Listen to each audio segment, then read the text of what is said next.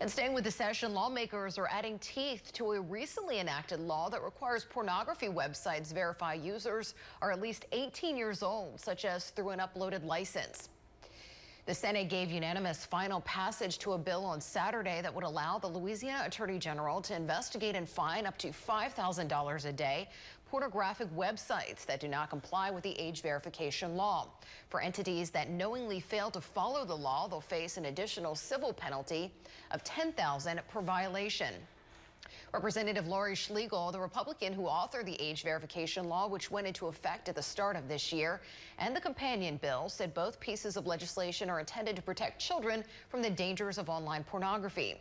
Some adult websites, including Pornhub, began using an LA Wallet app for age verification, which can maintain a copy of a Louisiana resident's digital driver's license. The bill will now be sent to the governor, who is expected to sign it into law. And since Louisiana's age verification law went into effect this year, other states have passed or enacted similar legislation, including Arkansas, Mississippi, and Utah.